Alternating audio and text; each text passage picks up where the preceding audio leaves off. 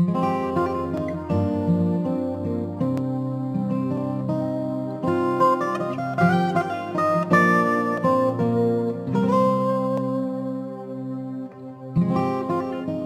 ko ng binasa ang maraming scriptures na nagpapatunay na talagang anytime pwede na talagang dumating ang Panginoong Jesus.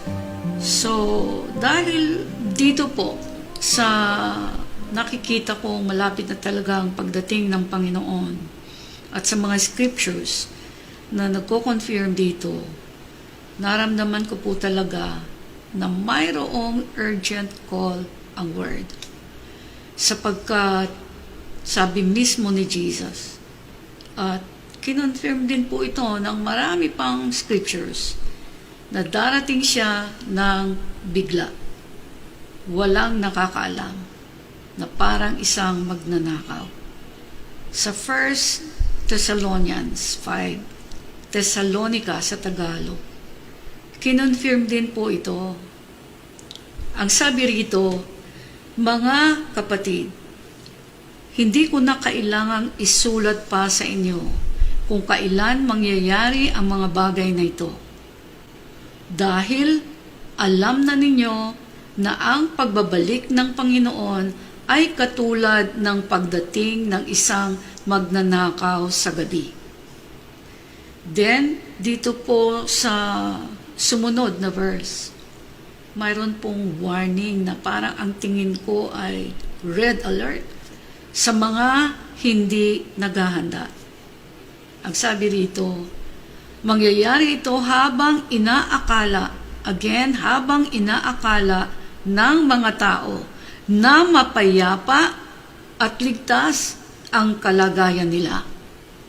Biglang darating ang kapahamakan nila, katulad ng pagsumpong ng sakit na nararamdaman ng babaeng manganganak na. Then, yung last line po dito ay mas nakakatakot, nakakabahala. At hindi sila, ang sabi dyan, at hindi sila makakaligtas. Kasi yan na po yung appointed time ng Diyos eh. So, mabigat na warning po ito. Kasi, makikita nyo rito, sinisigurado rito ang nakakatakot na mangyayari. Hindi para manakot lang, kundi para ito ay seryosohin nating lahat. Now, para po sa hindi pa nakakaalam sa mangyayaring ito, reviewin po natin ang sinasabi mismo sa Bible. 2 Peter chapter 3 verse 10. Sa Tagalog po, ikalawang Pedro. Ang sabi rito, ang araw ng Panginoon ay darating na tulad ng isang magnanakaw. Sa araw na iyon, biglang mawawala ang kalangitan na may nakakapangilabot na ugong. Masusunog ang lupa at mawawala ang lahat ng nasa lupa. Kaya kung may iwanan ka po dyan, kasama po kayo o tayo sa may iwanan o masusunog. Well, at this point, suggestion ko po para maunawaan ninyong mabuti ang bigat ng warning na ito. Imaginin po ninyo ang pakiramdam na nangyayari na talaga ito ngayon. At naiwan po kayo dito sa mundo. Imaginin po ninyo kung anong mararamdaman ninyo. Again, anong mararamdaman nyo na may maririnig kayong weird, nakakapangilabot na sound na ang revelation sa akin ng Holy Spirit dito, itong nakakapangilabot na sound na ito ay kakaiba. Kakaiba sa lahat na hindi pa ninyo naririnig ever before. Distinct ang sound na yan. Pinrepair ang sound na yan, particularly dito sa event na ito. So imaginein po ninyo na hindi po ito masamang panaginip lamang. Yung totoo na ito, nangyayari na ito. Then, maalala ninyo na narinig na ninyo before ang warning sa mangyayaring ito. Pagkatapos, dahil kung isa po kayo sa nag-ignore sa warning na ito, isa rin po kayo sa makakakita mismo kung paano biglang mawawala ang kalangitan na nakikita natin na may kasabay na malakas at nakakapangilabot na sound o ugong.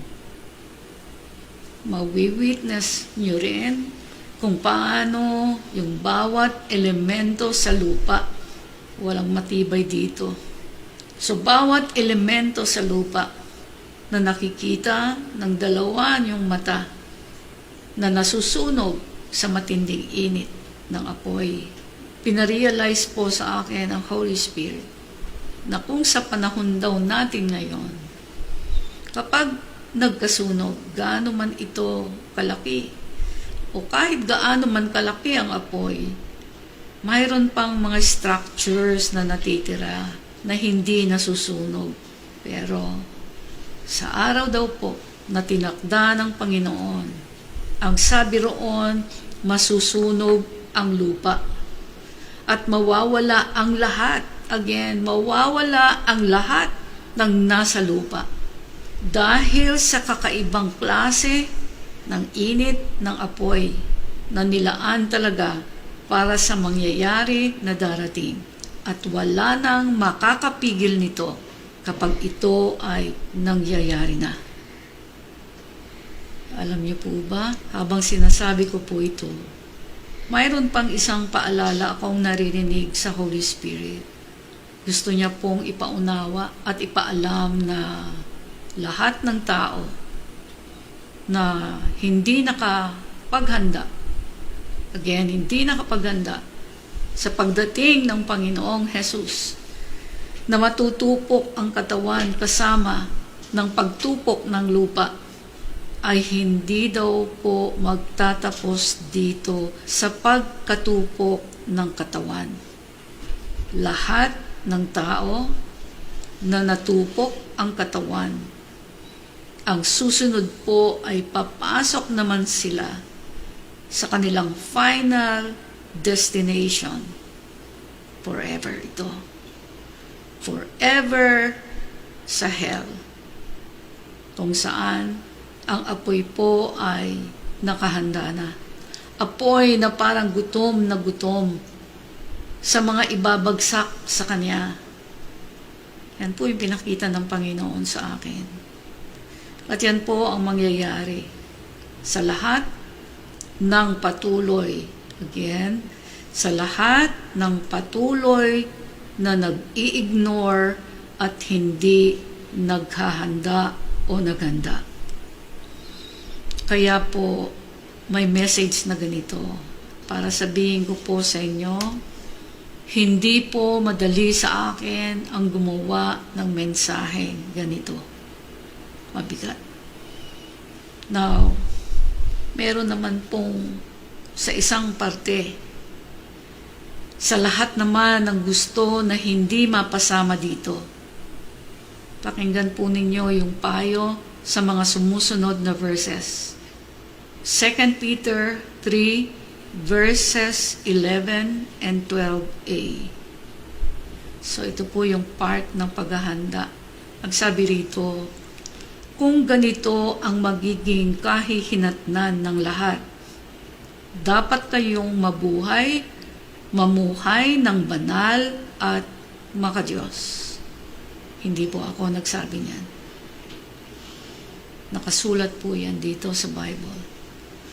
Ang nire-require po ay pamumuhay na banal at makadiyos.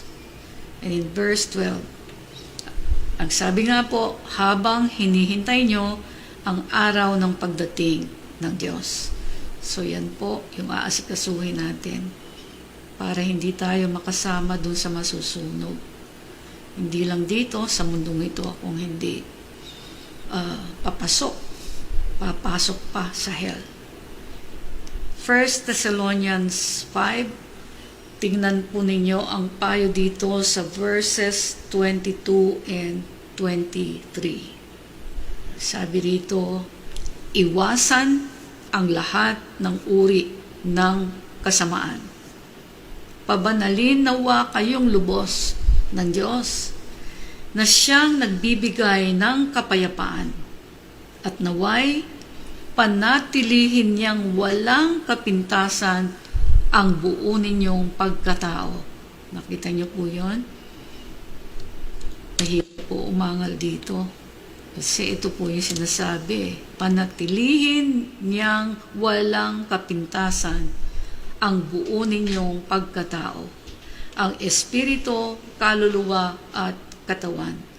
Hanggang, tingnan niyo po, ang niremind sa atin dito, yan ang pananatilihin natin hanggang sa pagbabalik ng ating Panginoong Hesukristo.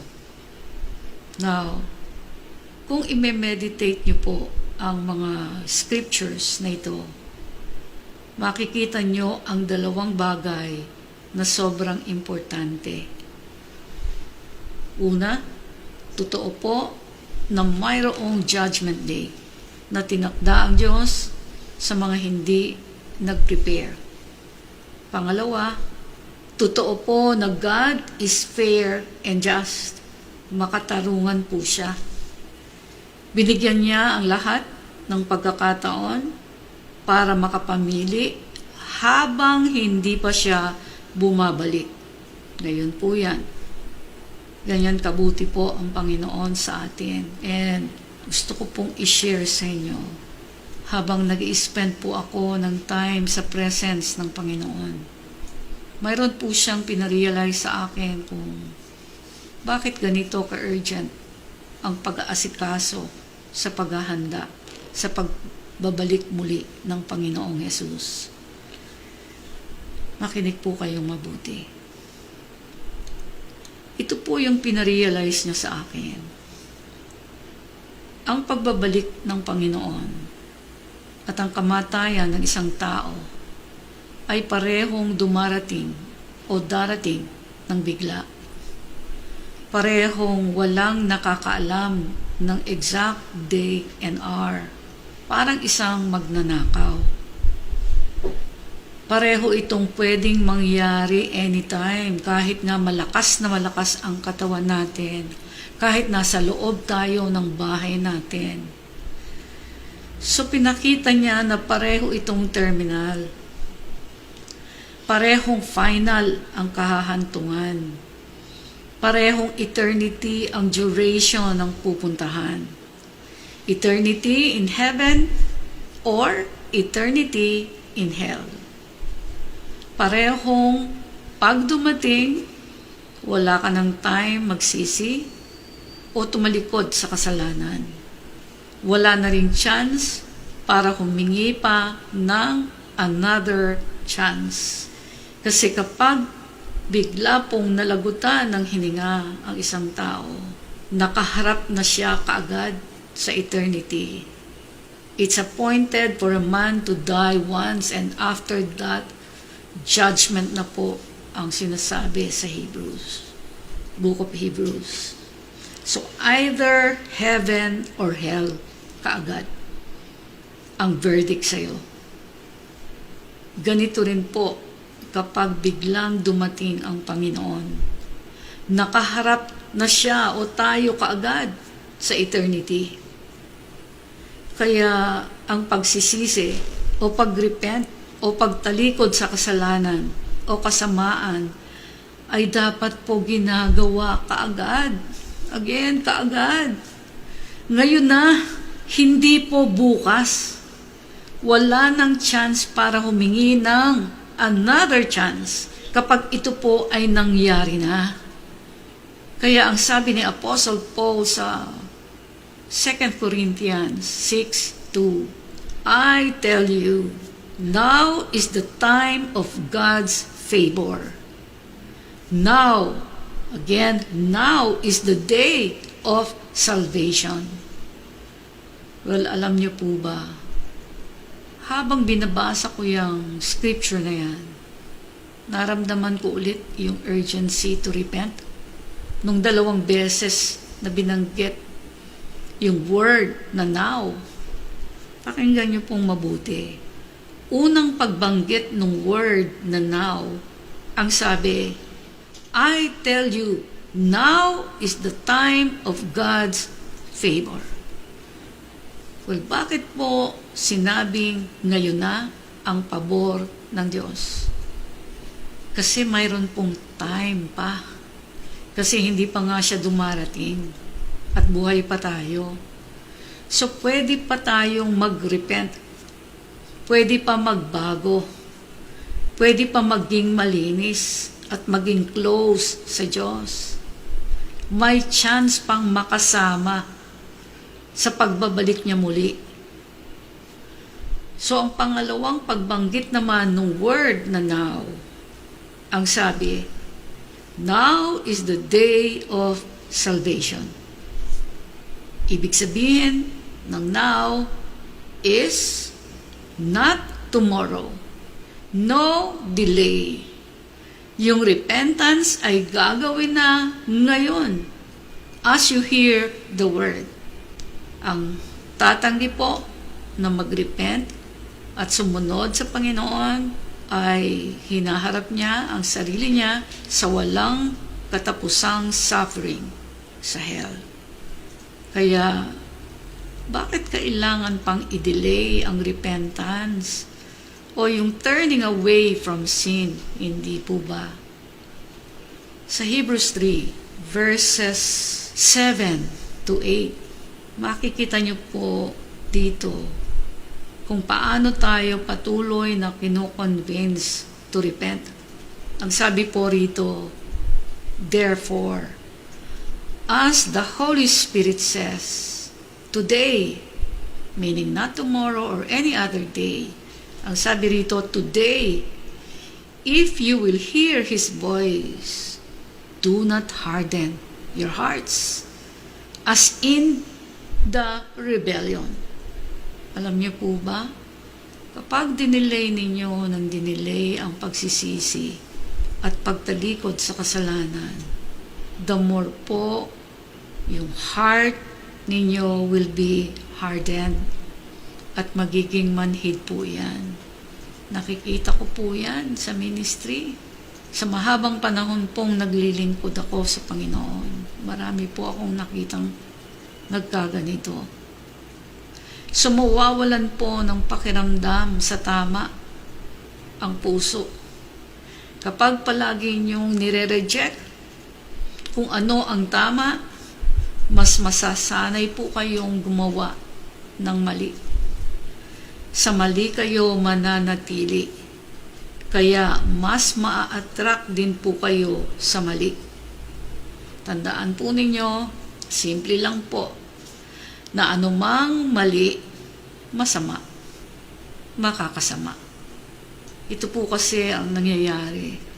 Dahil nasasanay kayong gumawa ng hindi tama, kung kayo po ito, ayon sa salita ng Diyos, magkakaroon po kayo sa umpisa ng gradual hardening ng puso po ninyo.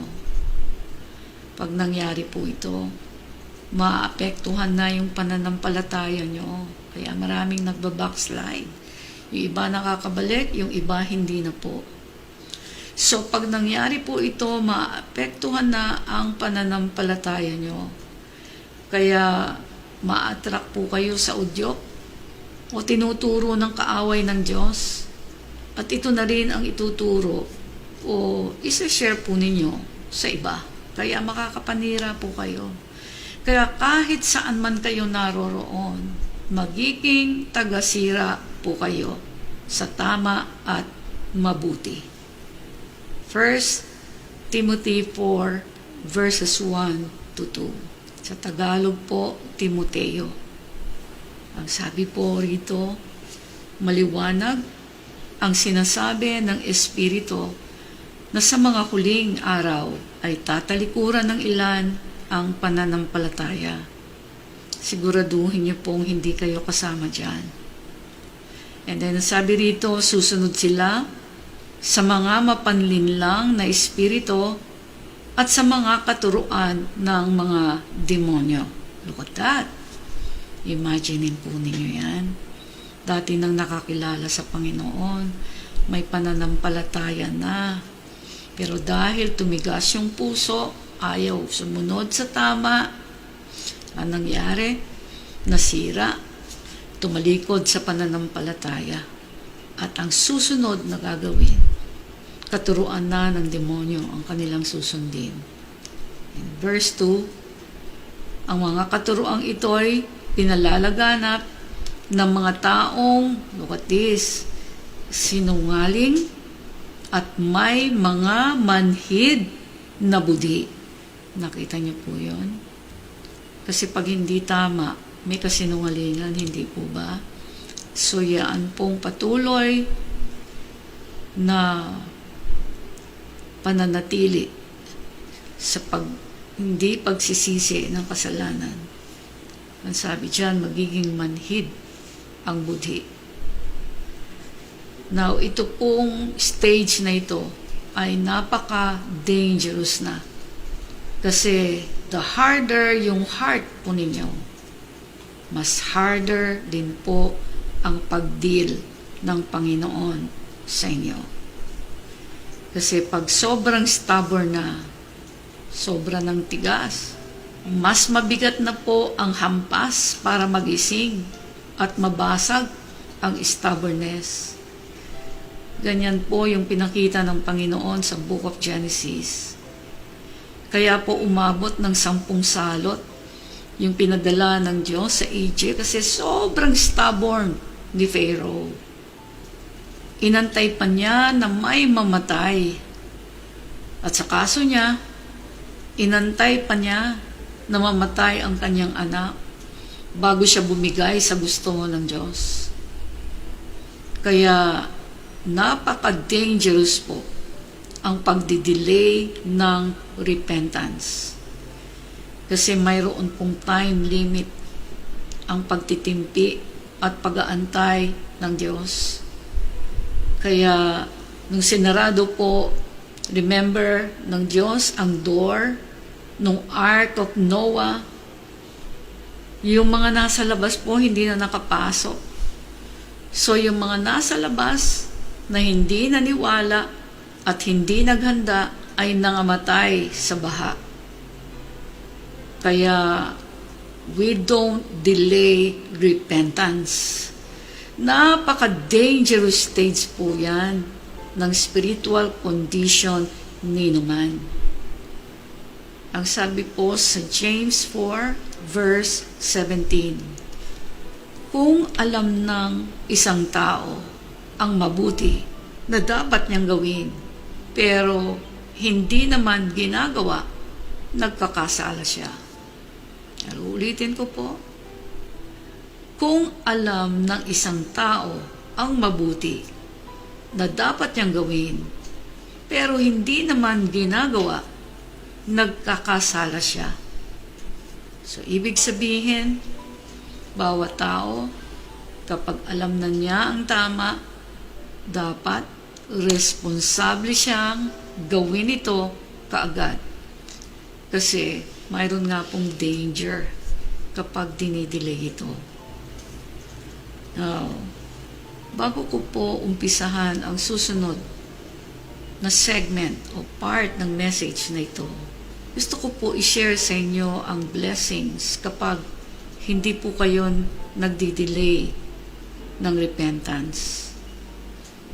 Ang sabi po sa Acts chapter 3 verse 19. Ang sabi rito, repent then and turn to God so that your sins may be wiped out. Tingnan niyo po yun pag nagsisi. Kahit gaano kalaki ang kasalanan mo, mag-turn ka lang sa Diyos. Tatalikod ka sa kasalanan, magsisisi ka, haharap ka sa Panginoon. Then sabi rito, Your sins may be wiped out. Mapapalis, mawawala kaagad. Ngayon po, listen to the promise. Sabi rito, the times of refreshing may come from the Lord. Napakaganda po. Ang ibig sabihin, walang darating po sa buhay ng tao na refreshment from the Lord maliban na siya ay magsisi muna sa kasalanan. Meaning, tumalikod dito at humarap at yakapin ang Lordship ng Panginoon. Wala po kasing makakapasok ng langit na bit-bit niya ang kasalanan na hindi kayang iwanan. Wala po. Kaya mayroon pong message na ganito para ang lahat ay makapaghanda anumang oras biglang dumating ang dalawang bagay na darating na parang isang magnanakaw. Walang nakakaalam ang pagdating ng kamatayan at pagdating ng Panginoong Jesus. Diyan po tayo lahat nakaharap ngayon. At dahil po sa mga pinag-aaralan kong mensahe ito, nakita ko po na talagang ayaw ng Diyos na sino man ay hindi makakasama sa magaganap na wedding sa ating darating na bridegroom, ang ating Panginoong Jesus.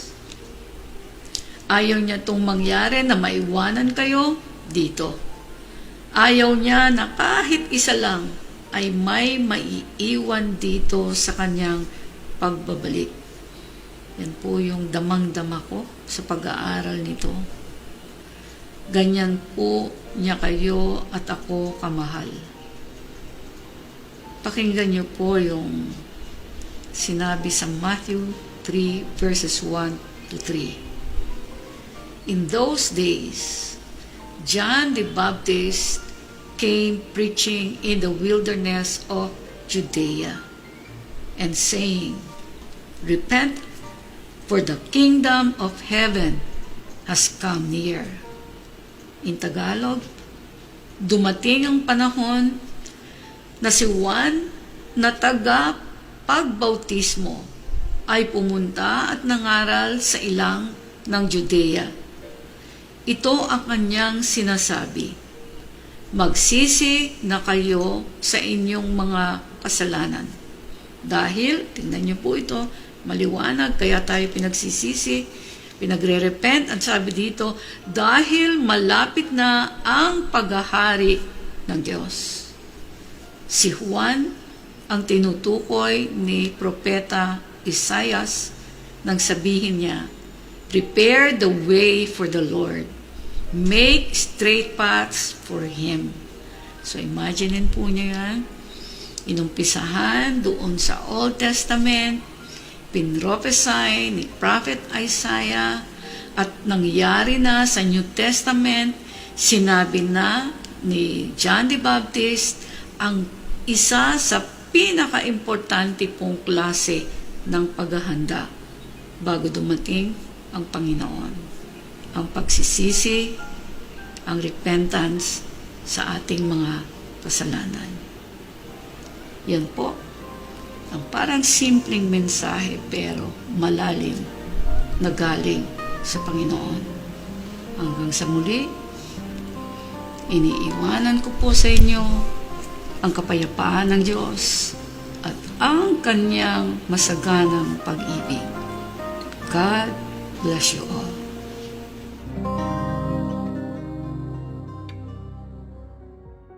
Hello and welcome to Trumps Go. Trumps Go is an acronym for the Rock of My Salvation Global Outreach that fits our purpose statement perfectly. To go into all the world and preach the good news to everyone. Matthew 28:19. Therefore, go and make disciples of all the nations.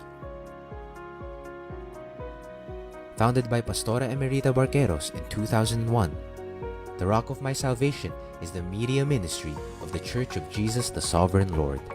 You also may have heard of Troms in our weekly radio program, DWIZ 882 kHz.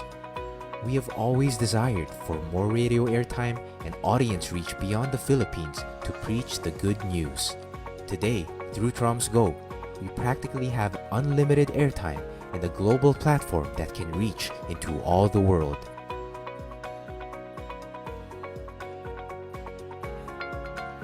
To accomplish our mission, Pastora Emerita is taking the preaching of the gospel to another level. We are excited to invite you to join the Troms Go community. Once you become a member, here are some of the benefits and exclusive content that you will get to enjoy. Fresh visions and revelations about God's Word to Pastora Emerita. Receive your Now Word and make room for the life-changing presence of the Holy Spirit. Mentoring by Pastora Emerita. Master your walk with God, have your character and attitudes refined, and experience a 180-degree turnaround as you listen to never-before-aired preachings and insights released only to the community. Struggling to get through the week? Refuel here and receive refreshing word, biblical promises, real-life stories, and inspirational posts to cheer you on. Get an inside look as Pastora Emerita takes you behind the scenes of the making of her messages, her own lifestyle of worship, her journey as a pastor and a mom, and learn her secrets that led her to true success in life. Engage with the Troms family as we share personal insights to Pastora Emerita's messages, host online discussions, Q&A, and create opportunities for you to serve and help build God's kingdom together. If you want to break free from problematic patterns and cycles of life and desire true and lasting change to become who God designed you to be, we welcome you to the Troms Go community.